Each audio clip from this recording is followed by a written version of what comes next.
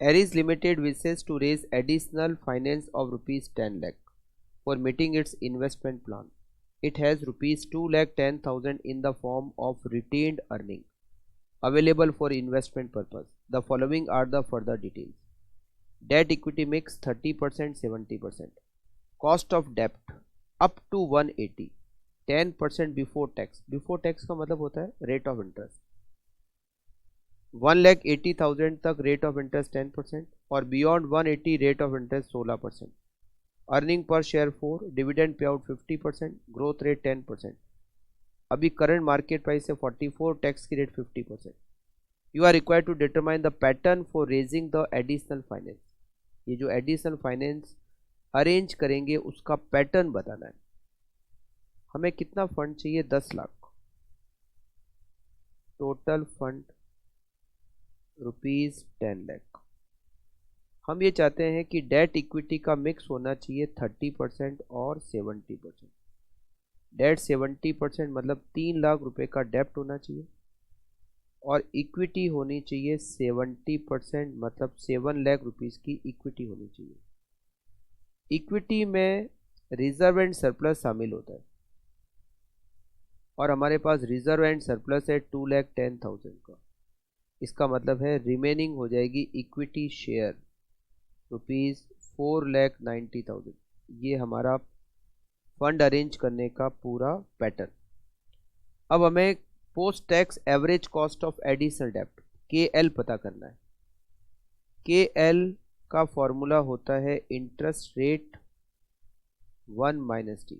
But यहाँ पर हमारा जो लोन है उसके कुछ अमाउंट पर तो इंटरेस्ट रेट अलग है और कुछ अमाउंट पर इंटरेस्ट की रेट अलग है. तो हमें पहले एक सिंगल इंटरेस्ट की रेट निकालनी पड़ेगी. कैसे? लोन का अमाउंट 180, इस पे इंटरेस्ट कितना है? इस पे इंटरेस्ट है 10%. तो इंटरेस्ट कितना हो गया? इस पे इंटरेस्ट हो गया 18,000. टोटल लोन कितना ले रहे हैं? 3 लाख. 3 लाख में 180 पर तो 10%, पीछे बचा 120. 120 पे रेट ऑफ इंटरेस्ट है 16%. 120 का 16% होता है 19,200. तो टोटल इंटरेस्ट हो गया 37,200.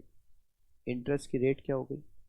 इंटरेस्ट की रेट हो गई 37,200 divided by 3 lakh multiply by 100 equals to 37,200 divided by 3 lakh multiply by 100. Interest की रेट हो गई 12.4% और हम इससे निकाल सकते हैं KL. इंटरेस्ट की रेट हो गई 12.4%. 1 माइनस टैक्स की रेट हमें क्वेश्चन में दे रखी है 50%. तो हम इस तरह से सिंगल इंटरेस्ट की रेट निकाल सकते हैं 6.2% KL. फिर हमें कैलकुलेट करना है KE. KE का फॉर्मूला होता है D1 divided by net profit into 100 plus growth rate. ठीक है, सबसे पहले D1 हमें अर्निंग पर शेयर दे रखा है 4 रुपये. डिविडेंड पे आउट रेशियो उसका 50%.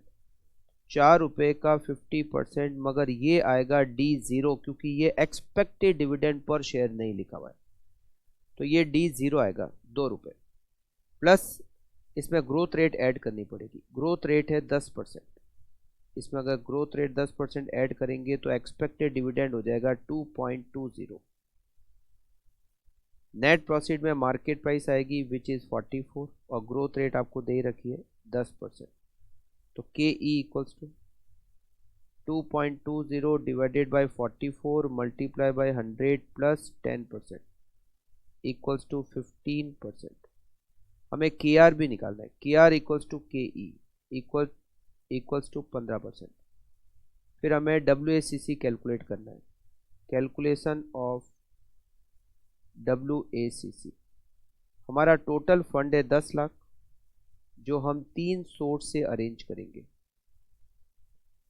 सोर्स, उसका अमाउंट, उसका वेट, उसकी कॉस्ट और उसकी वेटेड एवरेज कॉस्ट.